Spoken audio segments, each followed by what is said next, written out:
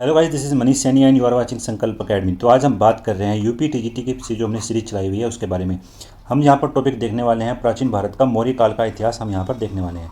आप हमें टेलीग्राम पर भी ज्वाइन कर सकते हैं। टेलीग्राम पर जो हमारा चैनल है वो संकल्प अकेडमी के नाम से ही उपलब्ध है और नीचे डिस्क्रिप्शन में हम उसका लिंक दे देंगे, आप वहाँ से हमें ज्वाइन कर सकते हैं। तो चलते हैं अपने मौर्य काल के इतिहास की ओर। तो गाइस, किसी भी एग्जाम का जो प्रिपरेशन का सबसे अच्छा तरीका होता है वो होता है कि लास्ट ईयर के आए हुए एमसीक्यू को हम देखते हैं। तो वही काम हम यहाँ पर करने वाले हैं। तो इसी क्रम में हमारे पास जो पहला यहाँ पर क्वेश्चन है वो है कि निम्नलिखित नदियों में पहचान कीजिए जहाँ से सिकंदर को वापस लौटने पर मजबूर होना पड़ा था। तो वापस जो सिकंदर लौटा था वो लौटा था व्यास नदी से।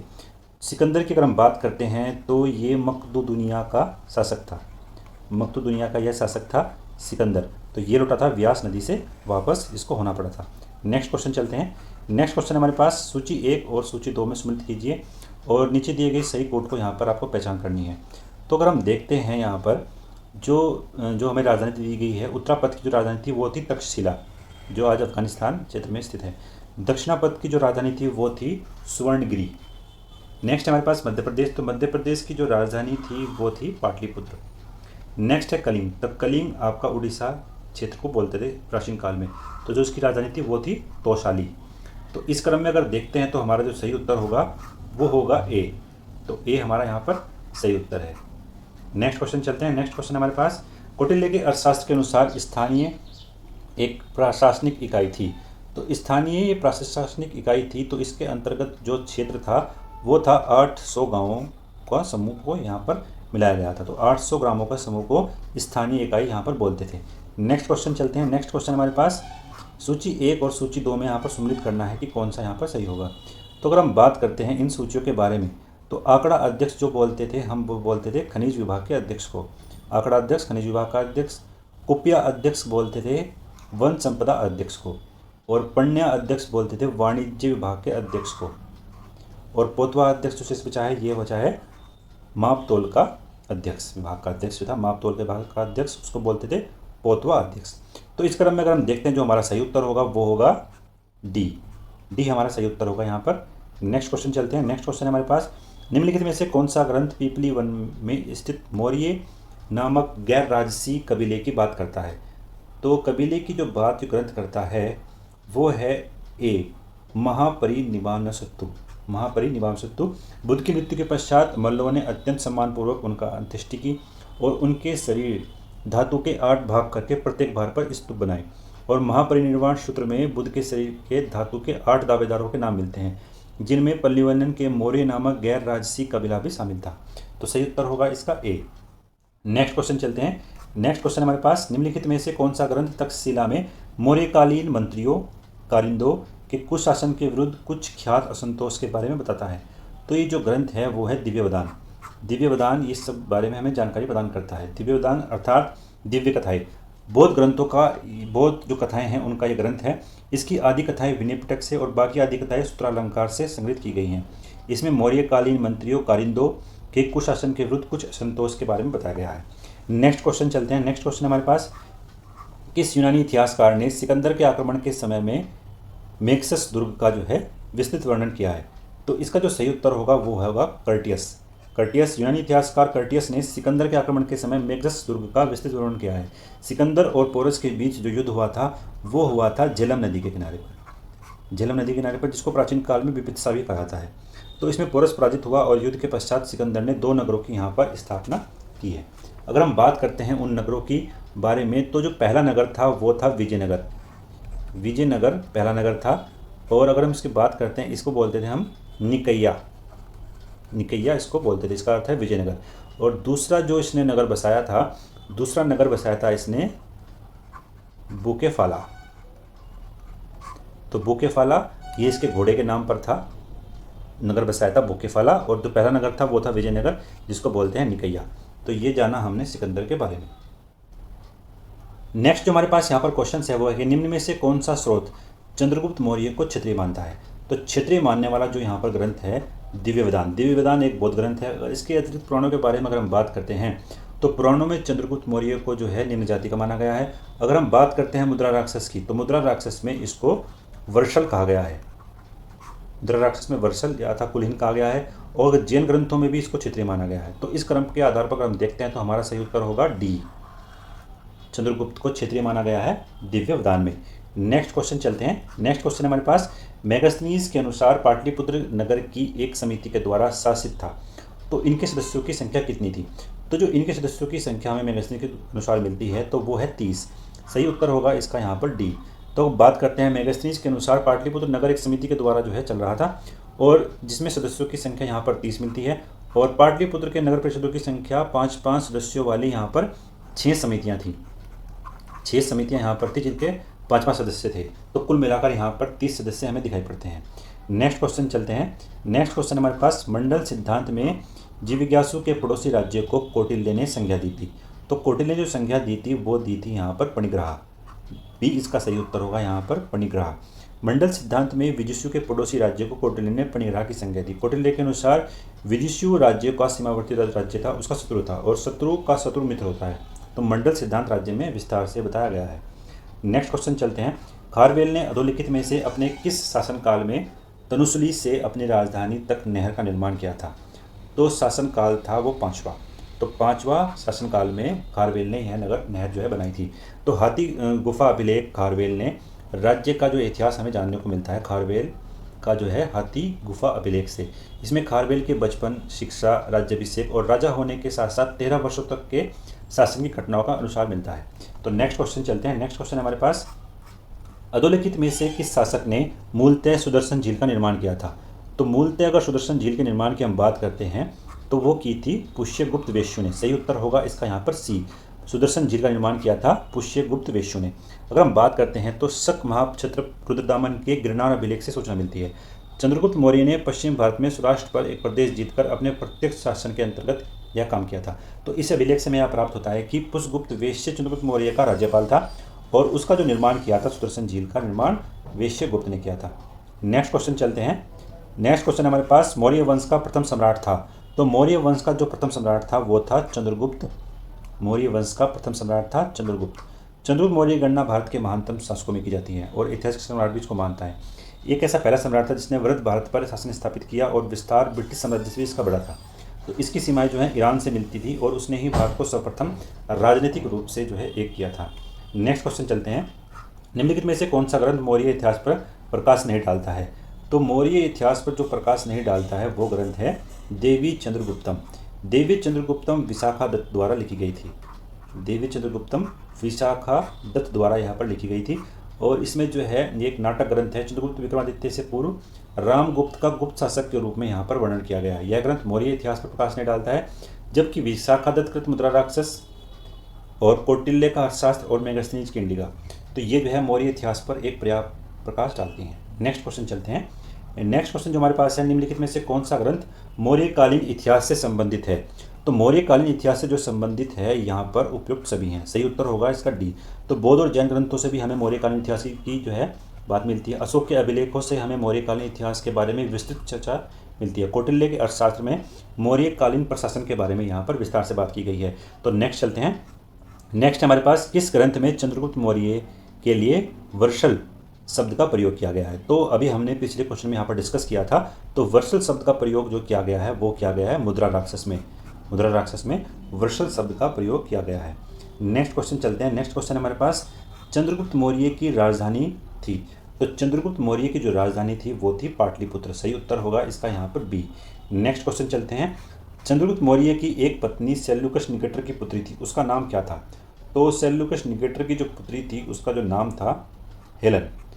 चंद्रगुप्त मौर्य और सेल्यूकस का युद्ध जो है 305-4 ईस्वी पूर्व में हुआ था, जिसमें सेल्यूकस की पराजय हुई थी। तो उसने जो है अपनी पुत्री का विवाह चंद्रगुप्त मौर्य के साथ किया था। तो इस वैवाहिक संबंध का विस्तृत उल्लेख स्ट्रैबो अपने एपियान्स ग्रंथ में करता है। नेक्स्ट क्वेश्चन चलते हैं। नेक्स्ट जो हमारे पास यहाँ पर क्वेश्चन है वो है, चंद्रगुप्त मौर्य और सेल्यूकस निकेटर के बीच संघर्ष की तिथि पहचानिए। तो अभी हमने यहाँ पर बात की पिछले क्वेश्चंस में, तो इनमें से यहाँ पर कोई भी जो है ऑप्शन सही नहीं है। उसका जो तिथि थी वो थी 305 से 304 BC। तो ईस्वी पूर्व में यहाँ पर यह तिथि सही है, तो ऑप्शन में कोई भी सही नहीं है। तो नेक्स्ट क्वेश्चन चलते हैं। नेक्स्ट क्वेश्चन चलते हैं हमारे पास, चंद्रगुप्त मौर्य की श्रद्धा थी। तो चंद्रगुप्त मौर्य की जो श्रद्धा थी वो थी जैन धर्म में। सही उत्तर होगा इसका यहाँ पर बी। चंद्रगुप्त मौर्य की जैन धर्म में श्रद्धा थी। अपने जीवन के अंतिम समय में चंद्रगुप्त मौर्य ने जैन साधु ब्रतबाहु से जैन धर्म की दीक्षा ली और चंद्रगिरी पहाड़ी पर उपवास के साथ साथ चंद्रगुप्त मौर्य ने अपने शरीर को त्याग दिया था। तो जैन धर्म में इसकी जो है श्रद्धा थी। सही उत्तर होगा इसका यहाँ पर बी। नेक्स्ट क्वेश्चन चलते हैं। नेक्स्ट क्वेश्चन हमारे पास, प्राचीन भारत में निम्नलिखित में से किस शासक ने जैन धर्म स्वीकार कर संन्यास ले लिया था? तो जैन धर्म स्वीकार कर जो संन्यास लिया था वो लिया था चंद्रगुप्त मौर्य ने। सही उत्तर होगा इसका यहाँ पर बी। नेक्स्ट क्वेश्चन चलते हैं। निम्नलिखित में से कौन सा राज्य जैन सन्यासी हो गया था? तो जैन सन्यासी जो राजा हुआ था वो हुआ था चंद्रगुप्त मौर्य। डी इसका सही उत्तर होगा। नेक्स्ट क्वेश्चन चलते हैं। प्राचीन भारत में सेंट्रोकोटस नाम से जाने जाने वाला भारतीय शासक कौन था? तो सेंट्रोकोसक जो नाम से जाने वाला जो भारतीय राज्य था, तो भारत जो राज्य था वो था चंद्रगुप्त मौर्य। राजा को सेंट्रोकोसस नाम से जाना गया था। विलियम जोन्स ऐसे पहले विद्वान थे, ऐसे पहले व्यक्ति थे जिन्होंने इसकी पहचान की थी। और एरियन और प्लूटार्क ने भी चंद्रगुप्त मौर्य को एट्रोकोसस के रूप में यहाँ पर पहचान किया है। नेक्स्ट क्वेश्चन चलते हैं। नेक्स्ट क्वेश्चन हमारे पास, यूनानी व्याकरणों में उल्लेखित किसको सेंट्रोकोसस का नाम दिया गया है? तो सही उत्तर होगा इसका ए, चंद्रगुप्त मौर्य। यूनानी ग्रंथों में, नेक्स्ट क्वेश्चन चलते हैं। नेक्स्ट क्वेश्चन हमारे पास, यूनानी ग्रंथों में चंद्रगुप्त मौर्य को क्या कहा गया है? तो चंद्रगुप्त मौर्य को जो कहा गया है वो है सेंट्रोकोटस। सही उत्तर होगा इसका यहाँ पर सी। नेक्स्ट क्वेश्चन चलते हैं। चंद्रगुप्त मौर्य अपने जीवन के अंतिम वर्षों में एक जैन साधु के साथ दक्षिण भारत चला गया। उस साधु का नाम क्या है? तो अभी हमने पिछले क्वेश्चन में यहाँ पर डिस्कस किया है, उसका नाम था ब्रतबाहु। बी यहाँ पर इसका सही उत्तर होगा। नेक्स्ट क्वेश्चन चलते हैं। स्वर्णबेलगांव स्थित है, तो स्वर्णबेलगांव जो स्थित है वो स्थित है यहाँ पर कर्नाटक राज्य में। स्वर्णबेलगांव कर्नाटक राज्य में स्थित है।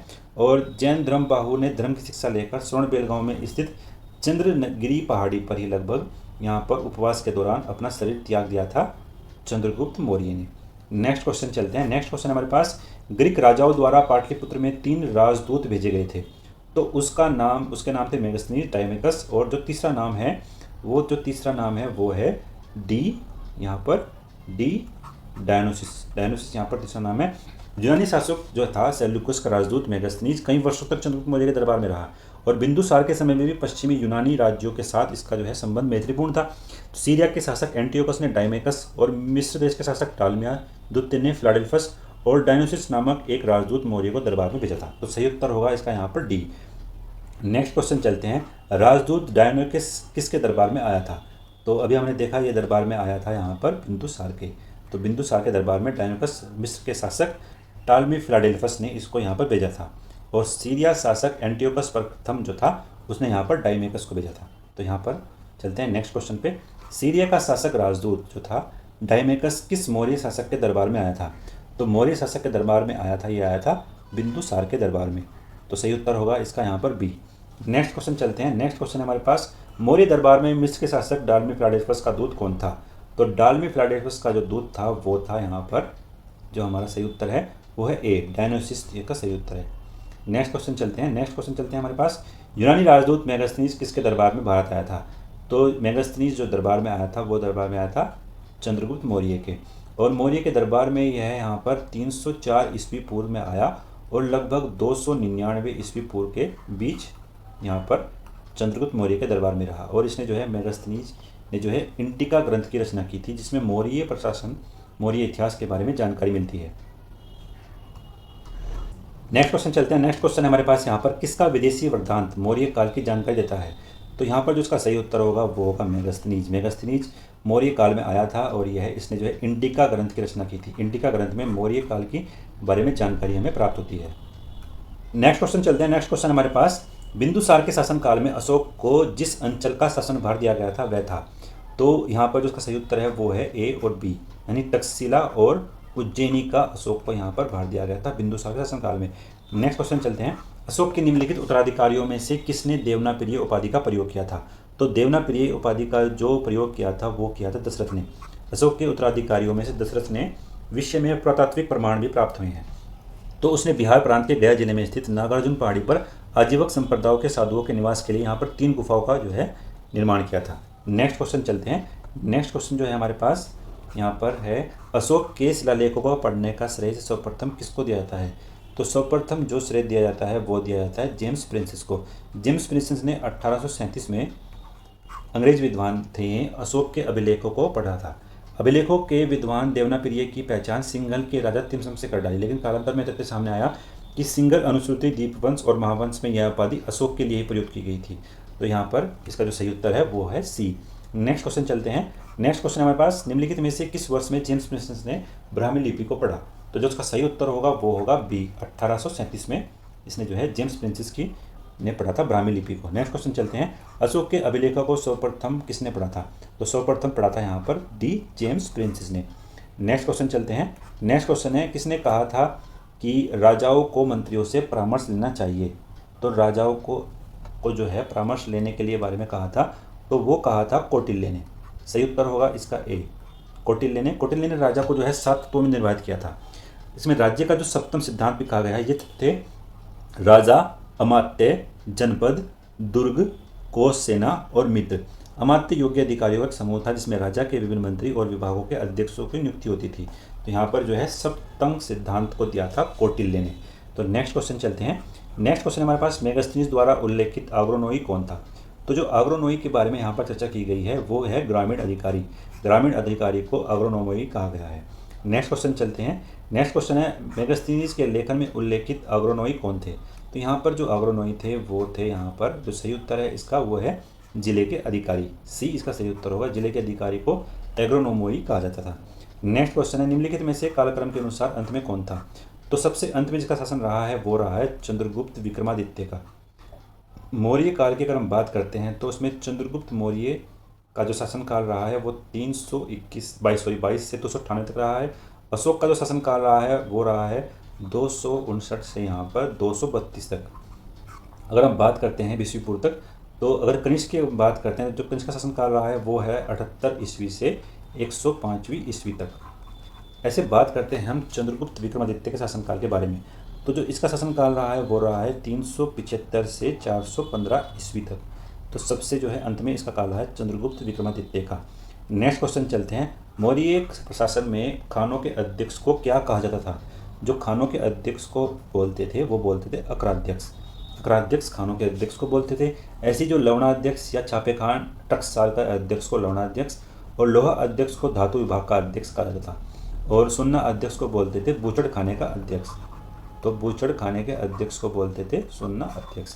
नेक्स्ट क्वेश्चन चलते हैं। नेक्स्ट क्वेश्चन हमारे पास, अपने शासनकाल के किस वर्ष में अशोक बुद्ध की जन्म स्थली लुबनी गया था?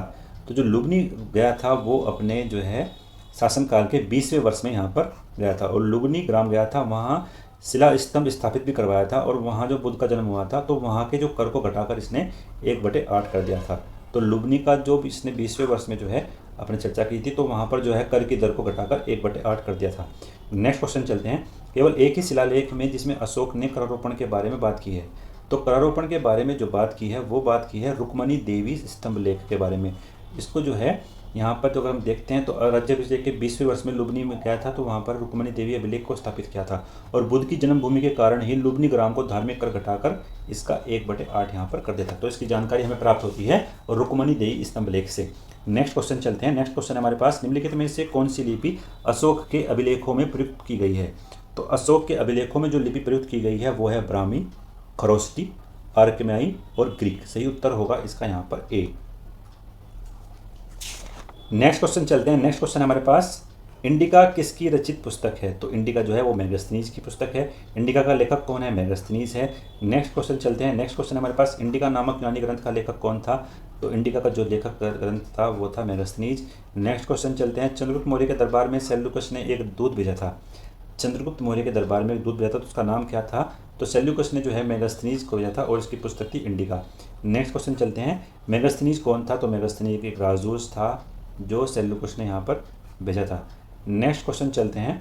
सन 1750 में सर्वप्रथम अशोक स्तंभ का पता किसने लगाया था? तो सर्वप्रथम जो है अशोक स्तंभ का जो पता लगाया था वो टेफनेथर ने पता लगाया। सही उत्तर है इसका यहाँ पर सी, टेफनेथर। तो 1750 में इसका पता लगाया था और 1837 में जेम्स प्रिंसेस ने अशोक के दिल्ली टोपरा अभिलेख को पढ़ने में यहाँ पर सफलता प्राप्त की थी। नेक्स्ट क्वेश्चन चलते हैं। अर्थशास्त्र कितने अभिकरणों में विभक्त है? तो ये जो विभक्त किया गया है 15 अभिकरणों में विभक्त किया गया है। तो और कुल इसके 180 प्रकरण यहाँ पर दिखाई पड़ते हैं। और अगर हम बात करते हैं यहाँ पर श्लोकों की, तो कुल 6000 श्लोक यहाँ पर हमें दिखाई पड़ते हैं अर्थशास्त्र में।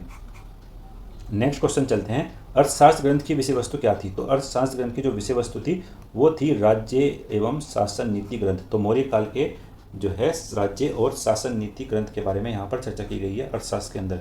अर्थशास्त्र जो पुस्तक थी वो थी अर्थशास्त्र विषय की, सॉरी ये गलत है, यहाँ पर इसकी पुस्तक नहीं थी, वो थी राजनीति शास्त्र। सही उत्तर होगा इसका यहाँ पर ए, राजनीति शास्त्र की पुस्तक थी अर्थशास्त्र। नेक्स्ट क्वेश्चन चलते हैं, कौटिल्य अर्थशास्त्र के अनुसार दीवानी न्यायालय को क्या कहा गया है। तो यहाँ पर दीवानी जो न्यायालय है उसे कहा गया है धर्मस्थीय।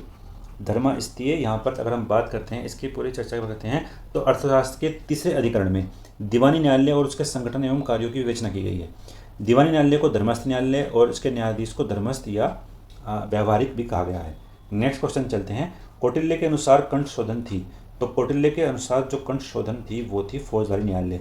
कौटिल्य के अर्थशास्त्र के अनुसार जो है मौर्यकालीन न्याय व्यवस्था में न्यायालय दो भागों में बटा हुआ था, धर्मस्थीय और कंठ शोधन। धर्मस्थीय न्यायालय और कंठ शोधन न्यायालय फौजदारी न्यायालय था। परदेटा फौजदारी न्यायालय का न्यायाधीश था और व्यावहारिक जो है दीवानी न्यायालय का न्यायाधीश था। कौटिल्य के अनुसार जो है अमात्य धर्मोपुत धार्मिक प्रलोभन द्वारा शुद्ध चरित्र वाले सिद्ध होते थे और उन्हें ही जो है न्यायाधीश यहाँ पर नियुक्त किया जाता था। नेक्स्ट क्वेश्चन चलते हैं, मौर्य के समय कंठ शोधन न्यायालय का न्यायाधीश किस नाम से पहचाना जाता था। तो सही उत्तर है इसका प्रतिष्ठा।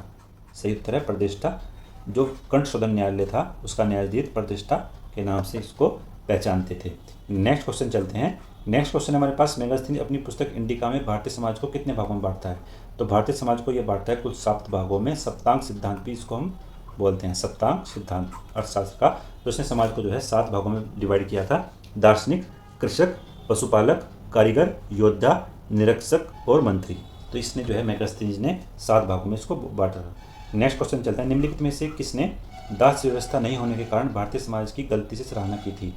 तो जो इसका जो सही उत्तर है वो है मेगास्थनीज। इसका यह कहना था कि दास प्रथा जो है प्रचलित नहीं है भारत में। उसके अनुसार मौर्य काल में कोई भी व्यक्ति न तो जाति से बाहर विवाह कर सकता था और न ही अपने से भिन्न पेशा ही अपना सकता था। नेक्स्ट क्वेश्चन चलते हैं, नेक्स्ट क्वेश्चन हमारे पास, मेगास्थनीज ने भारतीय समाज को 7 वर्गों में विभाजित किया था। तो जिसमें द्वितीय वर्ग कौन सा था। तो यहाँ पर जो द्वितीय वर्ग की चर्चा की गई है वो है कृषक। द्वितीय वर्ग था कृषक और जो पहला जो वर्ग था वो था दार्शनिक। और जो 7वां कृषक था वो था मंत्री। तो 7 भागों में इसने भारतीय समाज को डिवाइड किया था। नेक्स्ट क्वेश्चन चलते हैं, निम्नलिखित में से कौन सा बौद्ध ग्रंथ के विस्तार का प्रथम मूर्त साक्ष्य माना जाता है। तो अगर हम बात करते हैं बौद्ध धर्म के विस्तार के प्रथम मूर्त साक्ष्य के बारे में, तो इसकी जानकारी हमें मिलती है अशोक के शिलालेख से। सही उत्तर यहाँ पर इसका होगा बी, अशोक का शिलालेख। नेक्स्ट क्वेश्चन चलते हैं, नेक्स्ट क्वेश्चन हमारे पास, निम्नलिखित में से किसने अशोक के बौद्ध धर्म को दीक्षित किया था। तो अशोक को जो बौद्ध धर्म को दीक्षित किया था वो किया था उपगुप्त या निग्रोध। यहाँ पर 2 इसके सही उत्तर हो सकते हैं, निग्रोध या उपगुप्त। नेक्स्ट क्वेश्चन चलते हैं, नेक्स्ट क्वेश्चन हमारे पास, अशोक के धम्म का सार किस अभिलेख में मिलता है। अशोक के धम्म का जो सार हमें मिलता है वो मिलता है द्वितीय स्तंभ लेख में। अशोक के धम्म का सार द्वितीय स्तंभ लेख में मिलता है। अपने दूसरे स्तंभ लेख में अशोक स्वयं यह प्रश्न करता है कि में चू धमे, धम्म क्या है। तो इसका उत्तर वह स्वयं देता है, अर्थात पाप से दूर रहना, अधिक कल्याण करना, दया, दान, सत्यता, पवित्रता, विद्रुता और साधुता को उसने जो है धम्म कहा है। तो नेक्स्ट क्वेश्चन चलते हैं, नेक्स्ट क्वेश्चन हमारे पास, अशोक के किस अभिलेख पर मोर का उत्कीर्णन किया गया है। तो अशोक का जो अभिलेख है लोहिरनानंदा स्तंभ लेख। तो ये जो स्तंभ लेख है ये चंपारण जिले में है बिहार के। तो वहाँ पर ये मोर का उत्कीर्णन किया गया है। सही उत्तर होगा इसका यहाँ पर ए। नेक्स्ट क्वेश्चन चलते हैं, निम्नलिखित में से कौन सा पक्ष अशोक के धम्म का एक सैद्धांतिक पक्ष नहीं है। तो अशोक के धम्म का जो सैद्धांतिक पक्ष नहीं है वो है सभी के साथ न्याय व्यवहार करना। सही उत्तर है इसका यहाँ पर सी। नेक्स्ट क्वेश्चन चलते हैं, नेक्स्ट क्वेश्चन हमारे पास, निम्नलिखित में से मौर्य काल का सबसे अच्छा नमूना कौन सा है। तो सबसे अच्छे नमूनों की अगर हम बात करते हैं तो वो है स्तंभ लेख। मौर्य काल का सबसे अच्छा नमूना जो है वो स्तंभ लेख है और उत्कृष्ट प्रदर्शन जो है अशोक के स्तंभ लेखों में दिखाई पड़ता है। मथुरा और चुनार की पहाड़ियों से लाकर बलुआ पत्थर से ये स्तंभ बनाए जाते थे। यह एकासम पत्थर है, यानी इनको एक ही पत्थर के रूप में स्तंभों का प्रयोग किया गया था। इसमें अशोक के कुल 84,000 स्तंभों का निर्माण किया गया था और राजकीय काल के दौरान नगर निर्माण, स्तूप, गुफाएं और स्तंभ लेखों का यहाँ पर विवरण मिलता है। नेक्स्ट क्वेश्चन चलते हैं, नेक्स्ट क्वेश्चन हमारे पास, किस उद्देश्य से अशोक ने अपनी प्रजा में धम्म का प्रचार किया था। जो धम्म का जो प्रचार करने का जो उद्देश्य था अशोक का वो था अपनी राज्य के नैतिक और आध्यात्मिक विकास हेतु। सही उत्तर होगा इसका यहाँ पर डी। नेक्स्ट क्वेश्चन चलते हैं, अशोक धर्म के प्रचार के लिए अशोक ने एक अधिकारी की नियुक्ति की थी। तो धर्म प्रचार के लिए जो अशोक ने नियुक्ति की थी वो की थी धर्म महामात्रा ने। धर्म महामात्रा की नियुक्ति की थी यहाँ पर अशोक ने धर्म प्रचार के लिए या बौद्ध धर्म के प्रचार के लिए कह सकते हैं। नेक्स्ट क्वेश्चन हमारे पास, अर्थशास्त्र में उल्लेखित सीता अध्यक्ष किस विभाग के अध्यक्ष थे? सीता अध्यक्ष जो विभाग के जो अध्यक्ष थे वो थे कृषि विभाग के। कृषि विभाग के जो अध्यक्ष थे उनको यहाँ पर सीता अध्यक्ष भी कहा गया है। सही उत्तर होगा इसका यहाँ पर बी। नेक्स्ट क्वेश्चन चलते हैं। नेक्स्ट क्वेश्चन हमारे पास, मौर्य काल में सीता कर लगाया गया था। तो मौर्य काल में जो सीता कर लगाया गया था वो लगाया गया था राज्य द्वारा प्रत्यक्ष नियंत्रित गाँव की कृषि भूमि पर। सही उत्तर होगा इसका यहाँ पर सी। नेक्स्ट क्वेश्चन चलते हैं। नेक्स्ट क्वेश्चन हमारे पास, धर्म शब्द का रूपांतरण धर्म संबंधित है। तो संबंधित जो है ये प्राकृत भाषा से है। तो धर्म शब्द संस्कृत भाषा के धर्म का प्राकृत भाषा में रूपांतरण है। अशोक के द्वितीय स्तंभ लेख में धर्म के बारे में हमको विस्तृत चर्चा देखने को मिलती है। तो ऐसे हमने कुल यहाँ पर जो है 72 प्रश्नों को देखा है। तो आशा करते हैं कि आपको ये वीडियो पसंद आएगी। अगर आपको ये वीडियो पसंद आई तो प्लीज़ लाइक करें, शेयर करें अपने दोस्तों के साथ, और अगर आप इस चैनल पर नए हैं तो प्लीज़ सब्सक्राइब करें। Thank you so much for watching. धन्यवाद।